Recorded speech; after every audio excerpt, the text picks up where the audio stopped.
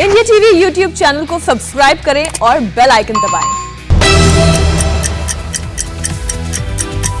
नमस्कार, मैं हूं अमित पालित। सुबह के 9 बजे हैं और वक्त है 9 बड़ी खबरों का। आज हम आपको बताएंगे यूपी चुनाव पर प्रधानमंत्री मोदी ने किसके साथ मंथन किया, लॉकडाउन तोड़ते हुए हिस्ट्री शीटर ने कहा निकाला जुलूस, और भारत में बच्चों की वैक्सीन पर आई है क्या बड़ी खबर। लेकिन सबसे पहले जानिए केंद्र सरकार और दिल्ली सरकार के बीच फिर क्यों छिड़ गई है जंग।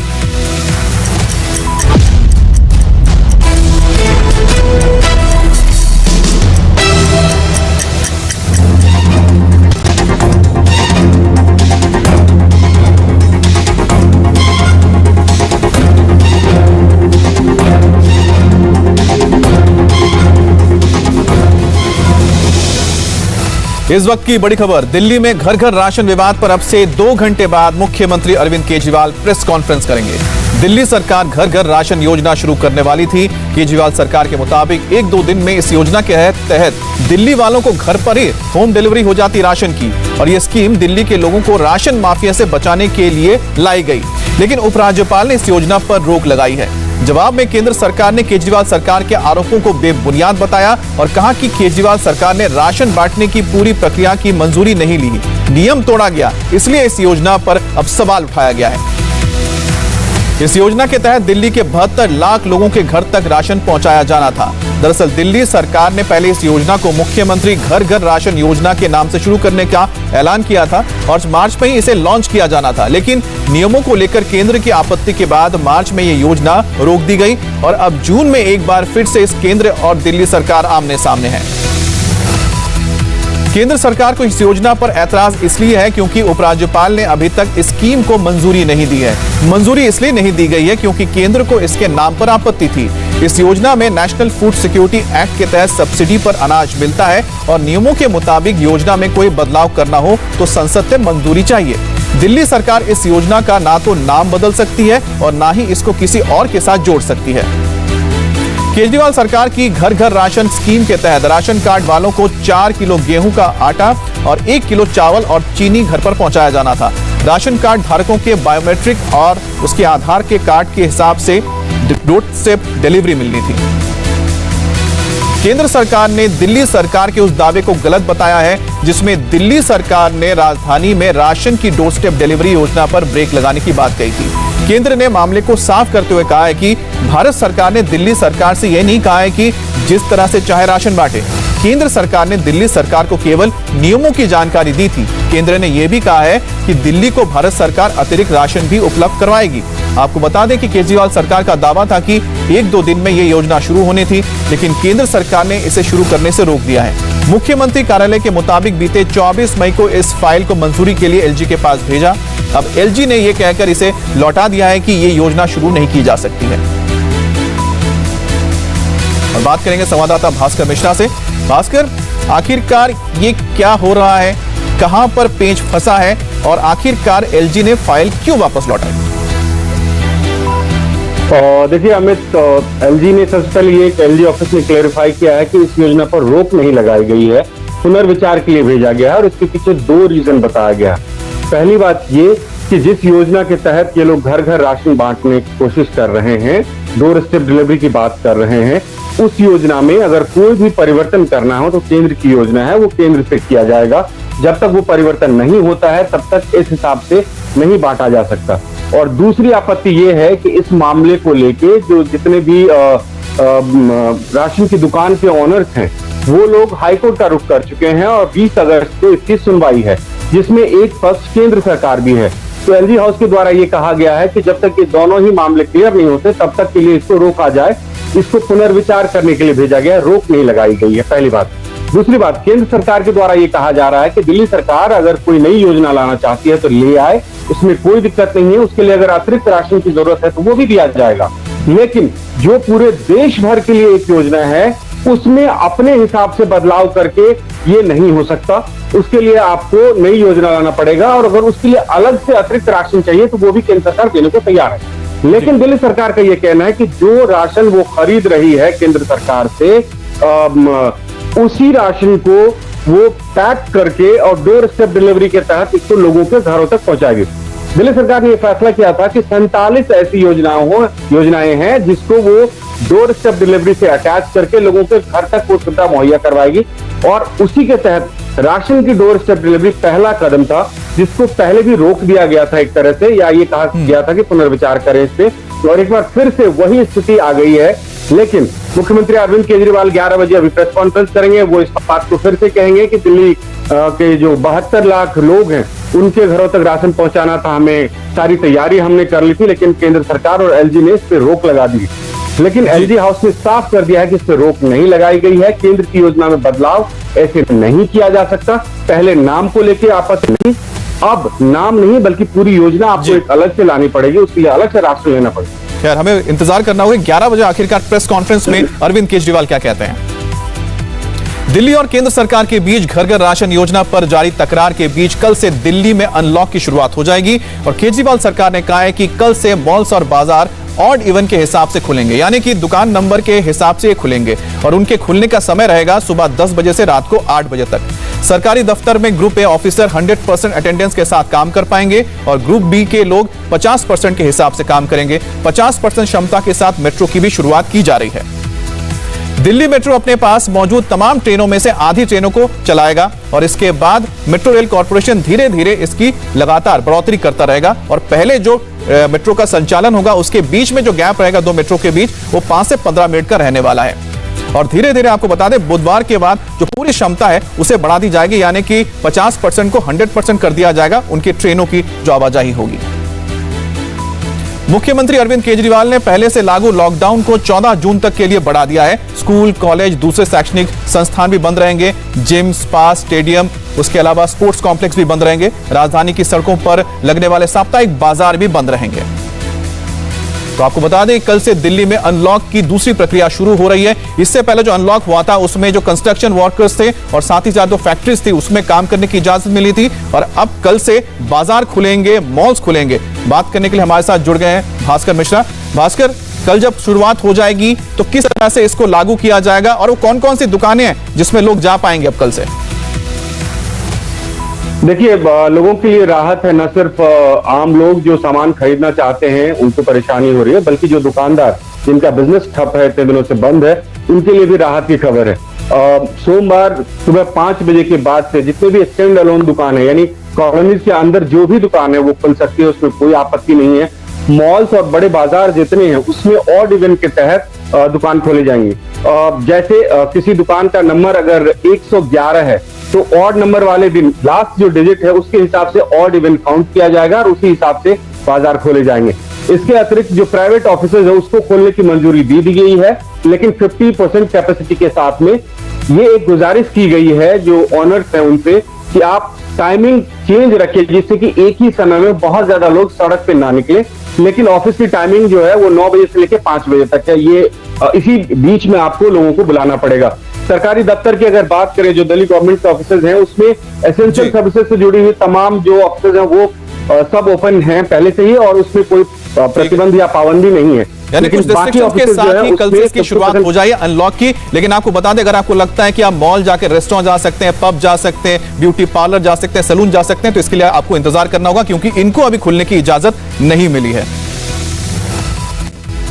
दिल्ली की तरह कल से मुंबई में भी अनलॉक की शुरुआत हो रही है। महाराष्ट्र में कोरोना संक्रमण के मामलों में लगातार कमी आ रही है और पिछले 24 घंटे में महाराष्ट्र में 13,659 नए केस आए हैं, जबकि इस दौरान 741 मरीजों की मौत हुई और इसके साथ ही महाराष्ट्र में शनिवार को 21,776 मरीज रिकवर भी हुए हैं। कम होते केस को देखते हुए महाराष्ट्र के कुछ जिलों में अनलॉक की प्रक्रिया शुरू करने का ऐलान हुआ है और महाराष्ट्र में अनलॉक के लिए राज्यों को 5 लेवल में बांटा गया है। लेवल 1 वाले इलाके में कम प्रतिबंध लगेगा और लेवल 5 में ज्यादा। पॉजिटिविटी रेट और ऑक्सीजन वाले बेड की उपलब्धता के आधार पर ये लेवल तय किए गए हैं। पहले चरण में लेवल 1 को अनलॉक किया जाएगा और सबसे अंत में लेवल 5 वाले एरिया को अनलॉक किया जाएगा। इसके अलावा सोमवार से मुंबई मेट्रो अपनी सेवाओं में 30% बढ़ोतरी भी करेगा। बात करेंगे अतुल सिंह से, हमारे संवाददाता मुंबई से हमारे साथ जुड़ गए हैं। अतुल, कल के लिए क्या तैयारियां हो गई हैं और मुंबई में क्या क्या कल से हो सकता है कि लोगों को सहूलियत मिल जाए? जी देखिए अमित, जो सार्वजनिक जगह हैं, खासतौर पे जो प्लेग्राउंड है, बीचेस हैं, पार्क्स हैं, ये खुल जाएंगे। सुबह 5 बजे से लेकर 9 बजे तक ये खोल दिया जाएगा। इसके अलावा जो दुकानें हैं वो भी खुल जाएंगी। जो अत्यावश्यक अभी तक जो इमरजेंसी सेवा वाली होती थी सिर्फ वही दुकानें खुलती थी, लेकिन अब कल से दुकानें भी खुल जाएंगी। शाम 4 बजे तक दुकानें खुली रहेंगी, लेकिन वीकेंड पर जो अत्यावश्यक की दुकानें सिर्फ वही खुली रहेंगी, बाकी सारी दुकानें बंद हो जाएंगी। मार्केट में खास तौर पर जो जगह है वहाँ पर भी लोगों को सोशल डिस्टेंसिंग, मास्क पहनने की भी जो है जानकारी लगातार दी जाएगी। पुलिस और बीएमसी के जो कर्मचारी हैं वो भी हर वक्त मौजूद रहेंगे। और ख़ास तौर पर अगर देखा जाए तो मुंबई जो लेवल 3 में आती है, यहाँ पर खतरा अभी भी बरकरार है, क्योंकि यहाँ पर अभी पॉजिटिविटी रेट जो है वो 5% से ज़्यादा है अमित, जो एक चिंता का सबब बना हुआ है। ऑक्सीजन बेड्स भी जो हैं मुंबई के हॉस्पिटल्स के वो भी 40% ऑक्यूपाइड हो चुके हैं, इसको भी ध्यान में दिया गया है, इसलिए बहुत ज़्यादा छूट नहीं दी गई है। हाँ, हालांकि अभी जो जिम है, रेस्टोरेंट है, मॉल है, ये पूरी तरीके से बंद रहेंगे। रेस्टोरेंट्स और ये जो खाने के जो आउटलेट्स हैं वहाँ पर लोग जाकर खाना खा सकते हैं, शाम 4 बजे तक वो अलाउड रहेगा, उसके बाद बंद हो जाएगा। जो फिल्मों की शूटिंग या सीरियलों की शूटिंग होती थी वो बायो बबल के ज़रिए जो आर्टिस्ट हैं, जो लोग वहाँ पर उस पर काम करते हैं, वो शाम 5 बजे तक काम करेंगे, उसके बाद वहाँ पर कोई भी काम नहीं होगा, उस पर पूरी तरीके से रोक रहेगी। इस तरीके से अलग अलग चरणों में मुंबई में रिलीफ दिया जाएगा, लेकिन कल से इसकी शुरुआत होने वाली है। तो मुंबई में भी बड़े पैमाने पे जो व्यापारी हैं वो काफी ज्यादा संतुष्ट दिखाई दे रहे हैं, क्योंकि काफी दिनों से अच्छी बात है कि जो मुंबई में जो एक तरह से ट्रेड हब है, कमर्शियल हब है, वहां पर अगर व्यापारी खुश हैं तो ये अच्छी बात है। बहुत बहुत शुक्रिया आपका। अब जैसे जैसे अनलॉक की शुरुआत हो रही है, सियासत की गतिविधियां भी तेज होती जा रही हैं। बीजेपी ने अगले साल यूपी में होने वाले विधानसभा चुनाव की तैयारी अभी से तेज कर दी है। कल देर शाम प्रधानमंत्री मोदी ने बीजेपी अध्यक्ष जेपी नड्डा और संगठन महासचिव बीएल संतोष के साथ मुलाकात की और मीटिंग में यूपी के ताजा राजनीतिक हालात और चुनाव की तैयारियों पर चर्चा हुई है। मोदी से मुलाकात से पहले जेपी नड्डा ने बीजेपी के राष्ट्रीय महासचिवों और अलग अलग मोर्चों के अध्यक्षों के साथ मैराथन बैठक की है और बैठक में पार्टी के संगठन के साथ आगामी चुनाव के मुद्दों पर चर्चा की गई है। अगले साल की शुरुआत में ही उत्तर प्रदेश, उत्तराखंड, पंजाब में विधानसभा चुनाव होने हैं और महासचिवों से बातचीत का ब्यौरा नड्डा ने प्रधानमंत्री मोदी को दिया। यूपी मंत्रिमंडल में फेरबदल के बीच इस बैठक को काफी अहम माना जा रहा है। बात करते हैं संवाददाता देवेंद्र पराशर से। देवेंद्र, जो ये बातचीत हुई है, क्या इसमें यूपी में कुछ बदलाव होने जा रहा है मंत्रिमंडल में, मुख्यमंत्री को लेकर या डिप्टी सीएम को लेकर कोई बात हुई है?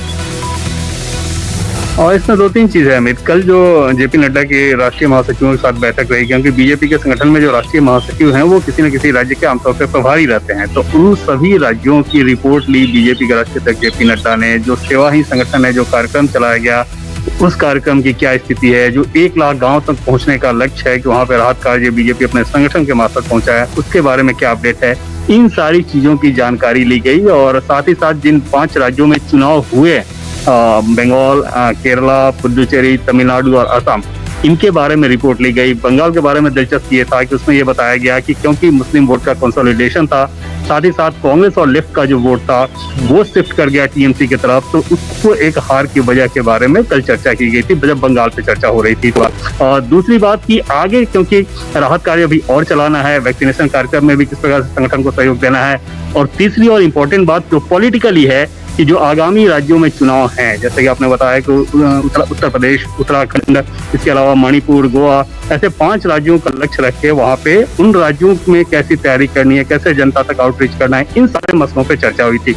रह गई बात उत्तर प्रदेश की, तो उत्तर प्रदेश की अलग से चर्चा हुई है अमित। और उत्तर प्रदेश में ये रणनीति बनाई गई है कि आगे आने वाले दिनों में आप देखेंगे कि संगठन के लिहाज से बीजेपी के राष्ट्रीय अध्यक्ष जेपी नड्डा, अमित शाह और राजनाथ सिंह, इनके तकरीबन हर महीने में कार्यक्रम होंगे। इसके अलावा प्रधानमंत्री नरेंद्र मोदी का सरकारी कार्यक्रम होगा, यानी केंद्र सरकार की किसी न किसी योजना से संबंधित कार्यक्रम होगा जो कि उत्तर प्रदेश के लिए होगा और उसमें प्रधानमंत्री नरेंद्र मोदी उत्तर प्रदेश के लोगों को संबोधित करेंगे। और ये 15 जुलाई के बाद ये शुरू हो जाएगा। अभी बीजेपी का यूपी में पूरा फोकस इस बात पे है कि पंचायतों के जो जिला अध्यक्ष के चुनाव हैं उसमें बीजेपी के ज्यादा से ज्यादा जिला अध्यक्ष चुनकर आए। एक बार जब ये चुनाव संपन्न हो जाएगा तो फिर आगे की चीज होगी। रह गई बात मंत्रिमंडल विस्तार की, तो उस बाबत अभी कुछ भी तय नहीं किया गया है। ये बताया जा रहा है हमें कि हाँ, मंत्रिमंडल विस्तार भविष्य में होना है, उसको लेकर लेकिन कोई अभी स्पेसिफिक बैठक नहीं हुई है। ये तो यूपी बहुत ही इंपॉर्टेंट है। इसकी वजह यह है कि 300 से ज्यादा सीटों के साथ 2017 में बीजेपी ने जीत हासिल की थी। अब 2022 में जब चुनाव होंगे, बीजेपी का टारगेट क्या होगा यह भी देखना होगा। बीजेपी अध्यक्ष जेपी नड्डा आज फिर पार्टी के राष्ट्रीय महासचिवों के साथ मीटिंग करेंगे और मीटिंग में बीजेपी के तमाम मोर्चों के अध्यक्ष भी शामिल रहेंगे। बीजेपी आगामी चुनाव को लेकर अभी से पूरी तैयारी में लगी हुई है। तो देवेंद्र से एक बार फिर से बात करते हैं। देवेंद्र, आज जब फिर से महासचिवों के साथ बातचीत होगी तो ऐसे में क्या फीडबैक लिया जाएगा कि जो कोरोना को लेकर कहीं ना कहीं जिस तरह से लगातार पार्टी को टारगेट किया जा रहा है, उसके बाद किस तरह से जो क्राइसिस मैनेजमेंट होता है किस स्तर पर किया गया है, ये सारी बातें होंगी? निश्चित तौर पर तो इसमें पार्टी का अभी जो फोकस है वो बहुत ज्यादा इस बात पर फोकस है कि कैसे इस कोरोना काल में जनता के बीच संगठन के मार्फत संगठन अपनी उपस्थिति जताए, और न सिर्फ संगठन अपनी उपस्थिति जताए बल्कि केंद्र सरकार के कामकाज को भी लेकर जनता के भीतर एक विश्वास और भरोसा पैदा करे और ये बताए कि केंद्र सरकार किस प्रकार से चाहे कोरोना के रोकथाम को लेकर एक्टिव थी या फिर वैक्सीनेशन को लेकर केंद्र सरकार किस प्रकार से वॉर लेवल पर काम कर रही है, इन सारी चीजों को संगठन के मार्फत पहुंचाना है। साथ ही और जिन लोगों को जिस प्रकार की राहत मदद की जरूरत है, संगठन क्या कुछ मदद कर सकता है, उस मामले में संगठन मदद करे, केंद्र सरकार की योजनाओं के मार्फत कैसे उन्हें मदद कराई जा सकती है, इसके बारे में संगठन एक्टिव रहे। तो ये पूरा मकसद इस बात को लेकर है कि कैसे कोरोना काल में ज्यादा से ज्यादा लोगों को आप किसी भी प्रकार की राहत दिला सके। दूसरी चीज कि जैसे कि मैंने पहले आपको बताया कि आगामी राज्यों में आज चुनाव होने हैं, निश्चित तौर पर वो भी एक बड़ा फोकस है, उत्तर प्रदेश, उत्तराखंड, पंजाब, मणिपुर और गोवा। जी अमित। अच्छा, दूसरी बात देवेंद्र ये भी है कि जिस तरह से हम देख रहे हैं उत्तर प्रदेश में और साथ ही साथ पंजाब की अगर बात करते हैं, इन इलाकों में जो किसान आंदोलन हुआ है उसका भी कहीं ना कहीं एक असर देखने को मिला है। क्या उस पर भी बातचीत हुई है कि क्या असर होगा, हो सकता है चुनावों पर सरकार की, और खास तौर पे जो बीजेपी है उसकी क्या रणनीति रहेगी इसको टैकल करने के लिए?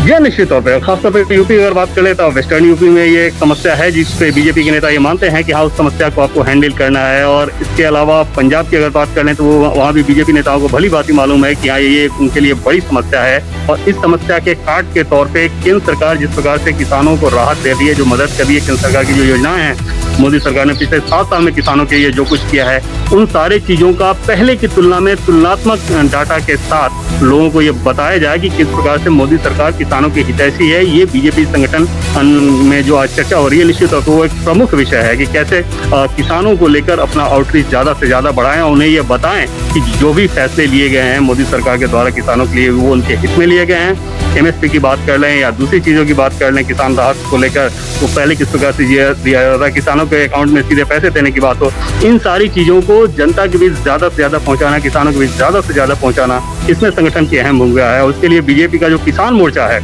उसको पिछले 1-1.5 महीने में उनकी कई बैठकें हो चुकी हैं बीजेपी के राष्ट्रीय अध्यक्ष और संगठन महामंत्री के साथ। उनसे बार बार इस बात को कहा जा रहा है कि आप किसानों के बीच आउटरीच करें इन सारे डाटा के साथ। जी बहुत बहुत शुक्रिया आपका।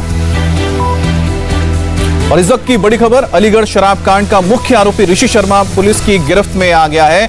एसएसपी अलीगढ़ कलानिधि नाथानी ने ऋषि शर्मा को इस मामले में गिरफ्तारी की पुष्टि कर दी है। और आपको बता दें कि ऋषि शर्मा पर पुलिस ने 1 लाख का इनाम रखा था और जिला प्रशासन के मुताबिक अलीगढ़ जहरीली शराब कांड में अब तक 44 लोगों की मौत हो चुकी है और उसका मुख्य आरोपी ऋषि शर्मा गिरफ्तार हो गया है। इसके ऊपर 1 लाख रुपए का इनाम रखा गया था और अलीगढ़ के एसएसपी कलानिधि नाथानी ने ऋषि शर्मा की गिरफ्तारी की पुष्टि कर दी है। 44 लोगों की मौत हुई थी इस जहरीली शराब कांड में, जिसके बाद लगातार कोशिश की जा रही थी कि आखिरकार इसका मुख्य आरोपी कहां पर छुपा है, लेकिन वो अब पुलिस की गिरफ्त में आ चुका है।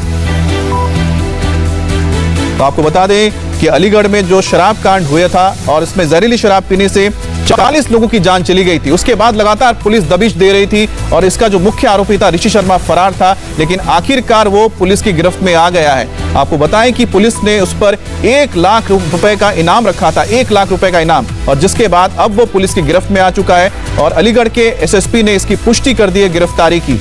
आपको बताएं कि लगातार कोशिश हो रही थी कि अलग अलग इलाकों में छापे मारे जा रहे थे, तलाशी ली जा रही थी ताकि ये जो मास्टरमाइंड था इस जहरीली शराब कांड का वो गिरफ्त में आ जाए, लेकिन लंबे वक्त बाद आखिरकार पुलिस की गिरफ्त में ये आ ही गया है। 44 लोगों की जान गई है इस पूरे मामले में और जिसके बाद से लगातार पुलिस के ऊपर भी एक दबाव था कि वो इस आरोपी को पकड़े।